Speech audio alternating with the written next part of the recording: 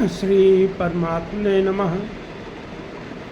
भगवान ने कहा था कि प्रा और अपरा प्रकृति के रूप में संपूर्ण जगत का मूल कारण मैं ही हूँ। अब भगवान कह रहे हैं कि मेरे सिवा कोई दूसरा इस जगत का कारण या कार्य नहीं है। वो कहते हैं, हे धनंजय, मेरे सिवा इस जगत का दूसरा कोई किंचित मात्र भी कारण तथा कार्य नहीं है। कहते हैं जैसे सूत की मड़ियाँ सूत के धागे में पिरोई जाती हैं, पिरोई होती हैं, वैसे ही यह संपूर्ण जगत मेरे में ही उत्प्रोत है। भगवान कह रहे हैं कि हे अर्जुन, मेरे सिवा दूसरा कोई कारण नहीं है। मैं ही सब संसार का महाकारण हूँ। जैसे वायु आकाश से उत्पन्न होती है, आकाश में ही रहती है और आकाश में ही लीन हो जाती है, अर्थात आकाश के सिवा वायु का कोई पृथक स्वतंत्र सत्ता नहीं है। ऐसे ही संसार भगवान से ही उत्पन्न होता है, भगवान में ही स्थित रहता है और भगवान में ही लीन हो जाता है। भगवान के सिवा संसार की कोई पृथक सत्ता नहीं है। सबके मूल कारण भगवान ही है। मूल कारण के आगे कोई कारण नहीं है, अर्थात मूल कारण का कोई उत्पादक नहीं है। मतलब जो नेसेसरी बीइंग का कॉन्सेप्ट है वो उसकी संकल्पना भगवान दे रहे हैं कि मूल कारण मैं ही हूँ। सबके मूल कारण भगवान है। ये संसार अर्थात देश काल व्यक्ति वस्तु घटना परिस्थिति सभी परिवर्तनशील है, परंतु जिसके होने पर इन सब का होना दिखता है, अर्थात जिसकी सत्ता से सभी दिखते हैं, वो परमात्मा ही इन सब में परिपूर्ण है।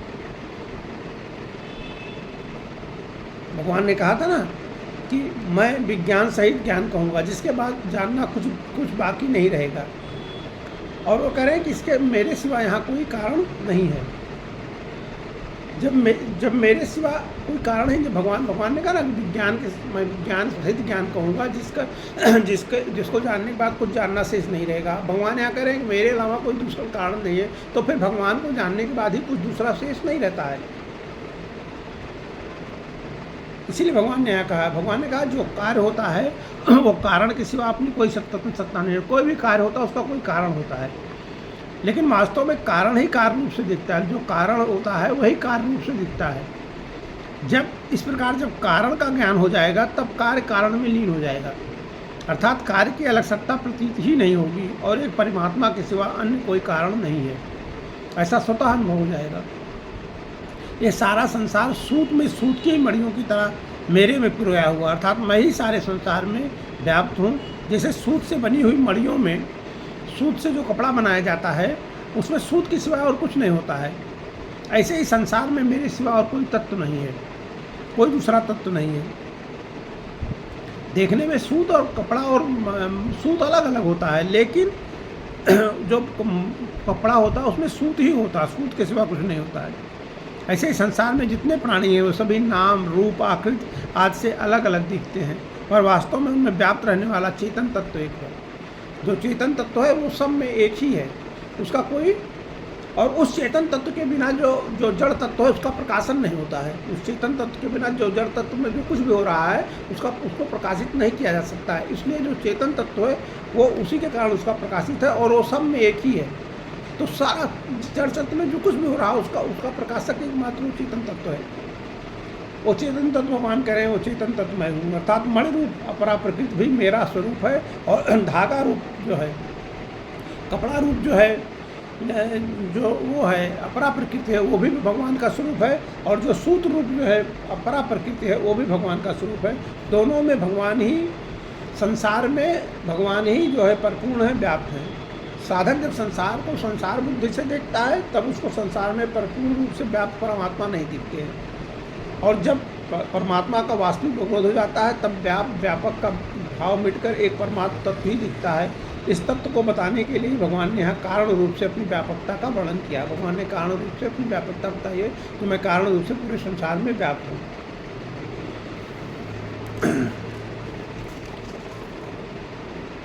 जो कुछ कार्य देखता है उसके मूल में परमात्मा ही है। ये कहने के लिए भगवान ने आगे कहते हैं कि हे कुंती नंदन, जलों में रस मैं हूँ। भगवान ने अब ये बात कहना शुरू किया है कि मतलब जो है अपने कैसे मैं कारण रूप से सब चीज़ों में व्याप्त हूँ। कह रहे हैं, भगवान कह रहे हैं कि हे कुंती नंदन, जलों में रस मैं हूँ, चंद्रमा और सूर्य में जो प्रकाश है वो मैं हूँ। जो प्रभा है वो मैं हूँ। संपूर्ण वेदों में जो प्रणव है, ओंकार है, वो मैं हूँ। आकाश में जो शब्द और मनुष्यों में पुरुषार्थ है, वो मैं हूँ। भगवान कह रहे हैं कि जैसे स्वामी जी कह रहे हैं, स्वामी रामसुख जी कह रहे हैं कि जैसे साधारण दृष्टि से लोगों ने रुपये को ही सर्वश्रेष्ठ मान रखा है तो रुपया पैदा करने और उनका संग्रह करने में लोभी आदमी की स्वाभाविक रुचि हो जाती है, क्योंकि सब लोगों ने रुपये को सर्वश्रेष्ठ मान लिया। जिसके पास जितना रुपया होगा वो उतना ही बड़ा आदमी माना जाएगा।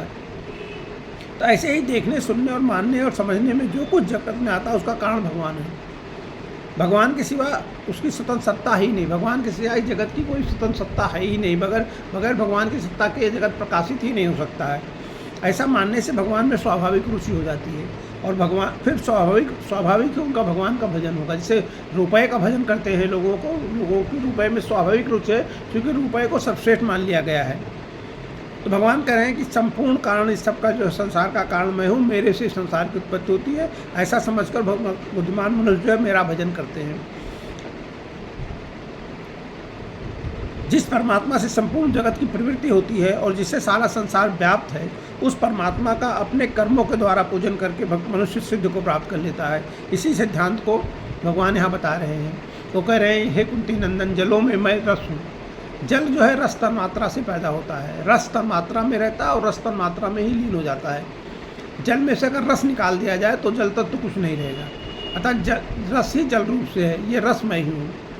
सूर्य और प्रकाश, चंद्रमा में जो है प्रकाश करने की जो विलक्षण शक्ति प्रभा है, वो मेरा स्वरूप है।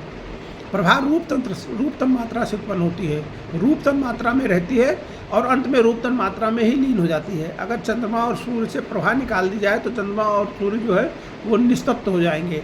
तात्पर्य है कि केवल प्रभा ही सूर्य और चंद्रमा से प्रकट हो रही है। भगवान कहते हैं वो प्रभा मैं ही हूँ। ऐसे ही संपूर्ण वेदों में प्रणव मेरा स्वरूप है। कारण कि सबसे पहले प्रणव प्रकट हुआ, ओंकार सबसे पहले प्रकट हुआ, ओम, फिर उससे सारे वेद प्रकट होते हैं। प्रणव से त्रिपदा गायत्री प्रकट हुई और त्रिपदा गायत्री से वेद त्रयी प्रकट हुई। इसलिए वेदों में सार जो है वो प्रणव है। अगर वेदों में से प्रणव निकाल दिया जाए तो वेद रूप से नहीं रहेंगे। प्रणव ही वेद और गायत्री से प्रकट हो रहा है, वो प्रणव मैं ही हूँ। सब जगह जो है जो कोलाहट दिखती है ये आकाश है। मतलब जो आपको स्पेस दिखता है, जो स्पेस दिखता है कि आप हाथ यहाँ से वहाँ लिख दिए तो मतलब जो ये स्पेस है ये आकाश है। और आकाश जो शब्द तन्मात्रा से पैदा होता है और शब्द तन्मात्रा में ही रहता है और अंत में शब्द तन्मात्रा में ही लीन हो जाता है। अतः शब्द तन्मात्रा ही आकाश रूप से प्रकट हो रही है। शब्द तन्मात्रा के बिना आकाश कुछ ही नहीं है। मनुष्यों में सार चीज जो पुरुषार्थ है वो मेरा स्वरूप है। वास्तव में नित्य प्राप्त परमात्मा तत्व का अनुभव करना ही मनुष्यों में असली पुरुषार्थ है। असली पुरुषार्थ क्या है मनुष्य का, कि जो वो नित्य प्राप्त परमात्मा तत्व का अनुभव अगर करता है वही असली पुरुषार्थ है। परंतु मनुष्यों ने अप्राप्त को प्राप्त करने में ही अपना पुरुषार्थ मान रखा है। जैसे निर्धन आदमी जो है धन को प्राप्त करने में पुरुषार्थ मानता है, अपना आदमी पढ़ने को पुरुषार्थ मानता है, प्रसिद्ध आदमी अपना नाम जगत में विख्यात कर लेने को पुरुषार्थ मानता है। तो अभी जो नहीं है उसकी प्राप्ति में ही मनुष्य अपना पुरुषार्थ मानता है, पर यह वास्तव में वास्तविक पुरुषार्थ नहीं है। कारण जो कि पहले नहीं थे, प्राप्ति के समय भी जिनका निरंतर संबंध विच्छेद हो रहा, अंत में जो नहीं में रह जाएंगे, ऐसे पदार्थों को प्राप्त करना पुरुषार्थ नहीं है। लेकिन मनुष्य जो भी प्राप्त नहीं है उसको प्राप्त करने का जो मनुष्य का स्वभाव है वो पुरुषार्थ है। असली नकली पुरुषार्थ की बात नहीं कर रहे हैं, छोड़ देते हैं अपने को असली क्या पुरुषार्थ है, नकली पुरुषार्थ क्या है। लेकिन जो प्राप्त नहीं है उसको प्राप्त करने की जो चेष्टा है मनुष्यों में वो पुरुषार्थ है। अब उसमें असली नकली का भेद तो तब आगे करेंगे कि भाई भगवान को प्राप्त करने की जो चेष्टा है वो नित्य पुरुषार्थ है, वो मतलब वो असली पुरुषार्थ है। और जो मतलब चीज़ें नष्ट हो जाने वाली हैं उनको प्राप्त करना जो है वो नकली पुरुषार्थ है। लेकिन जो अप्राप्त को प्राप्त करने की चेष्टा है वो पुरुषार्थ है। भगवान कह रहे हैं मनुष्य में वो पुरुषार्थ मैं हूँ। भगवान कह रहे हैं मनुष्य में वो पुरुषार्थ मैं हूँ। आगे भगवान कह रहे हैं कि पृथ्वी में पवित्र गंध मैं हूँ और अग्नि में तेज मैं हूँ तथा संपूर्ण प्राणियों में जीवनी शक्ति मैं हूँ और तपस्वियों की तपस्या मैं हूँ। भगवान कह रहे हैं पृथ्वी गंध तन मात्रा से उत्पन्न होती है। पृथ्वी जो है गंध तन मात्रा से उत्पन्न होती है, गंध तन मात्रा में ही रहती है और गंध तन मात्रा में ही लीन हो जाती है। भगवान कह रहे हैं कि पृथ्वी में जो है गंध मैं हूँ। ऐसे ही अग्नि जो है तेज तन मात्रा से उत्पन्न होती है, तेज तन मात्रा में रहती है और तेज तन मात्रा में ही लीन हो जाती है। भगवान कह रहे हैं कि अग्नि में जो है तेज मैं हूँ। ऐसे करें भगवान कह रहे हैं संपूर्ण प्राणियों में जो जीवनी शक्ति है, प्राण शक्ति है, जिसके कारण सब लोग जी रहे हैं, वो प्राण शक्ति जिसे वो प्राणी कहलाते हैं। प्राण शक्ति के बिना उनमें प्राणी बिना कुछ आएगा नहीं है। तो कह रहे हैं प्राण शक्ति जो है वो मैं हूँ, क्योंकि प्राण शक्ति के कारण ही जो आदमी सो रहा है वो उसकी और कोई इंद्रियां काम नहीं कर रही हैं, लेकिन सो रहा है, लेकिन प्राण शक्ति के कारण वो विलक्षण मुर्दा है, नहीं तो मुर्दा हो जाएगा, प्राण निकल जाएंगे तो मुर्दा हो जाएगा। कह रहे हैं वो प्राण शक्ति मैं हूँ। द्वंद्व सहिष्णुता को तप कहते हैं, मतलब द्वंद्व को सहना जो है उसको तप कहते हैं।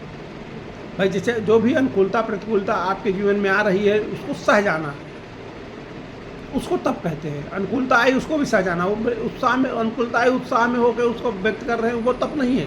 प्रतिकूलता आई उसको मतलब जो है चिल्लाने लगे, रोने लगे, उसको तप नहीं है। लेकिन जो द्वंद्व में जो अनुकूलता और प्रतिकूलता दोनों को सह जाता है, दोनों को समान हो, वो तप है। तो कह रहे हैं कि परमात्मा तत्व की प्राप्ति के लिए कितने भी कष्ट आए, भगवान ने पहले ही कह दिया था। भगवान ने अर्जुन को सबसे पहले कह दिया था, थोड़ा उसको विक्षेप माना जाता है, लेकिन भगवान ने अर्जुन को कह दिया था कि तुम जो है अनुकूलता और प्रतिकूलता को सहो, क्योंकि बिना अनुकूलता और प्रतिकूलता को सहे जो है भगवान की प्राप्ति नहीं कर सकते हैं। ये बिल्कुल निश्चित बात है, भगवान ने दूसरे अध्याय में ही कह दिया है सबसे पहले अर्जुन को। वो माना जाता है कि ये क्यों भगवान ने कहा, लेकिन उसका मूल कारण है कि रहनी के बगैर जो है, रहनी और सहनी के बगैर जो है भगवान की प्राप्ति असंभव चीज़ है।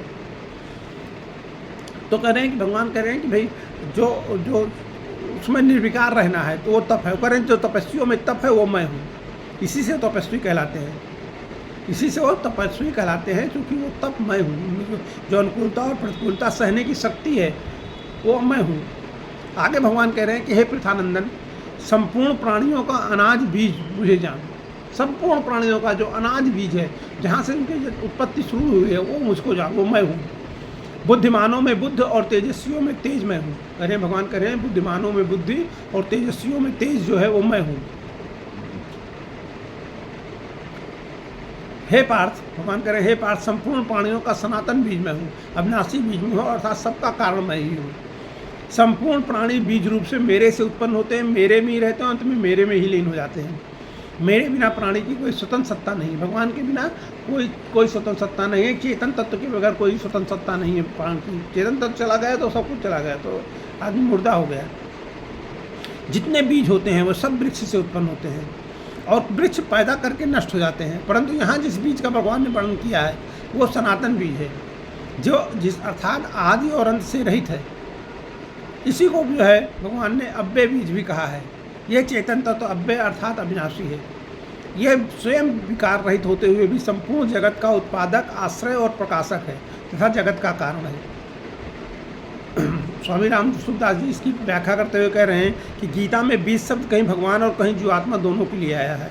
यहाँ जो 20 शब्द आया है वो भगवान का वाचक है, क्योंकि यहाँ कारण रूप से विभूतियों का वर्णन है। भगवान का वाचक है। भगवान कह रहे हैं कि जो है मैं जो बीज रूप से सभी प्राणियों का जो अनाज बीज है, जो उनमें अविनाशी, हम लोगों को जो एक अविनाशी तो महसूस होता है कि हमको ये नहीं महसूस होता कि हमारा विनाश हो जाएगा। कभी कभी हमें ये लगता है कि हमारे शरीर का विनाश हो जाएगा तो हम जो है मतलब उद्वेलित हो जाते हैं, एकदम आक्रोशित हो जाते हैं अंदर अंदर ही, कि अगर हमको कभी लगे कि यार मुझे ऐसी बीमारी हो गई कि मेरे शरीर का विनाश हो जाएगा।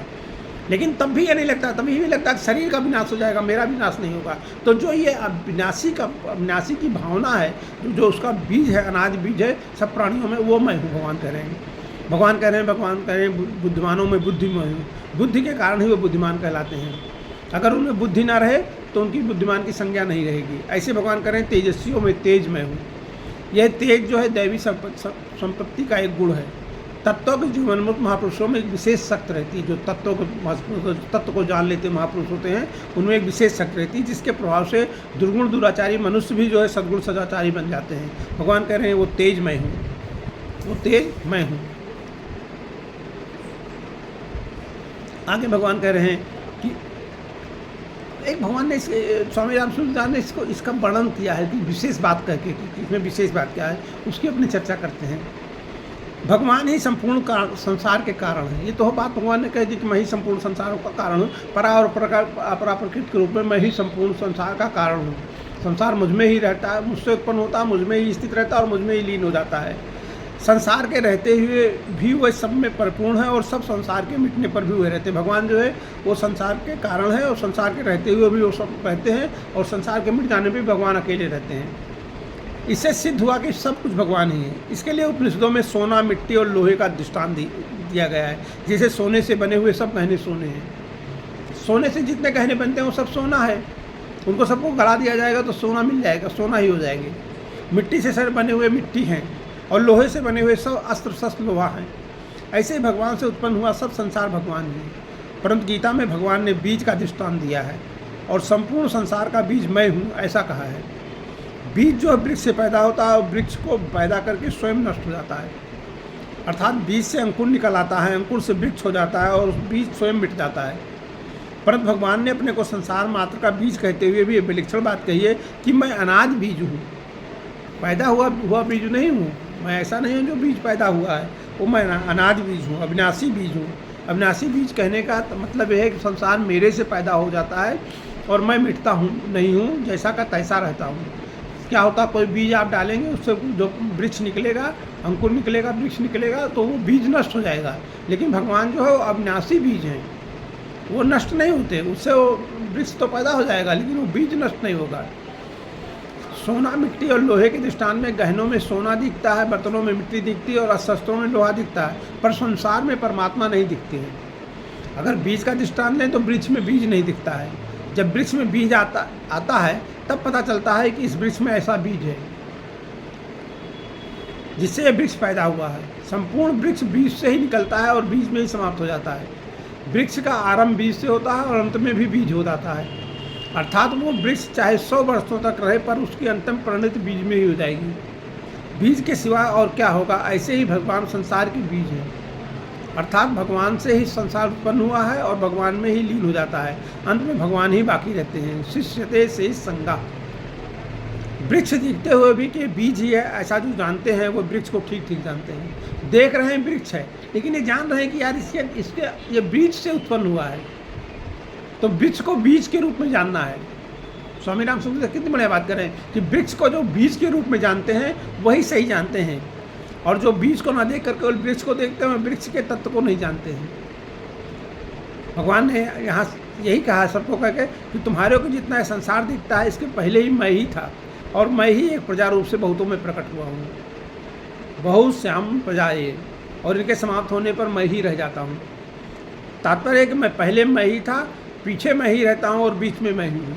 ये संसार 5 भौतिक भी उन्हीं को दिखता है जो विचार करते हैं, नहीं तो ये 5 भौतिक भी नहीं दिखता है। कोई जैसे कोई कह दे कि सब अपने सब के सब शरीर पार्थिव हैं, पृथ्वी से पैदा होने वाले हैं, इसलिए इसमें मिट्टी की प्रधानता है, तो दूसरा कहेगा मिट्टी कैसे है, मिट्टी से तो हाथ धोते हैं, मिट्टी तो रेता होती है, अतः ये शरीर मिट्टी नहीं है।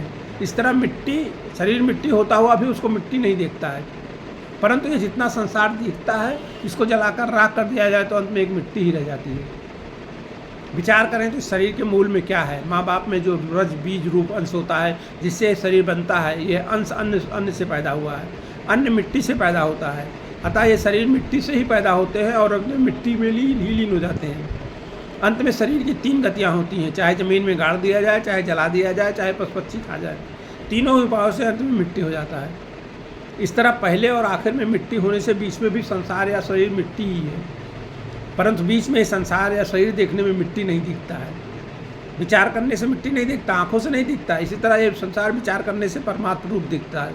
विचार करने से जैसे शरीर आपको मिट्टी का दिखेगा कि भाई ये मिट्टी से उत्पन्न हुआ और मिट्टी में ही चला जाएगा और अभी बीच में भी मिट्टी है, तो ऐसे ही अगर विचार करेंगे तो संसार जो है परमात्मा रूप ही दिखता है। विचार करें तो संसार भगवान ने रचा है, कहीं से कोई सामान नहीं मंगवाया है जिससे संसार को बनाया हो, और बनाने वाला भी दूसरा नहीं हुआ है। भगवान आप ही संसार को बनाने वाले हैं और आप ही संसार बन गए। भगवान आप ही संसार बन गए हैं। इन शरीरों में बीज रूप से भी वही परमात्मा है, अतः ये संसार भी परमात्मा का ही स्वरूप है। संसार जो है परमात्मा का ही स्वरूप है। आगे भगवान कह रहे हैं कि हे भरतवंशियों में श्रेष्ठ अर्जुन, बलवानों में बलवानों में काम और राग से रहित बल, काम और राग से रहित बल। भगवान कितना सधी हुई भाषा मतलब कर रहे हैं। भगवान सीधे नहीं कह रहे हैं कि बलवानों में बल, भगवान कह रहे हैं कि बलवानों में काम और राग से रहित बल। मैं हूँ, और प्राणियों में धर्म से अविरुद्ध, मतलब धर्म से अविरुद्ध, धर्म से विरुद्ध नहीं, धर्म से अविरुद्ध काम मैं हूँ। धर्म मतलब भगवान इसका मतलब यहाँ पे कह रहे हैं कि धर्मयुक्त काम जो है को कह रहे हैं, संघ को मान्यता दे रहे हैं कि धर्मयुक्त काम ठीक है। भगवान कह रहे हैं कि बलवानों में काम और राग से रहित बल में हूँ, और प्राणियों में धर्म से अविरुद्ध काम में हूँ। स्वामी रामसुखदास जी व्याख्या कर रहे हैं, कठिन से कठिन काम करते हुए अपने भीतर एक कामना आसक्ति रहित शुद्ध निर्मल उत्साह रहता है।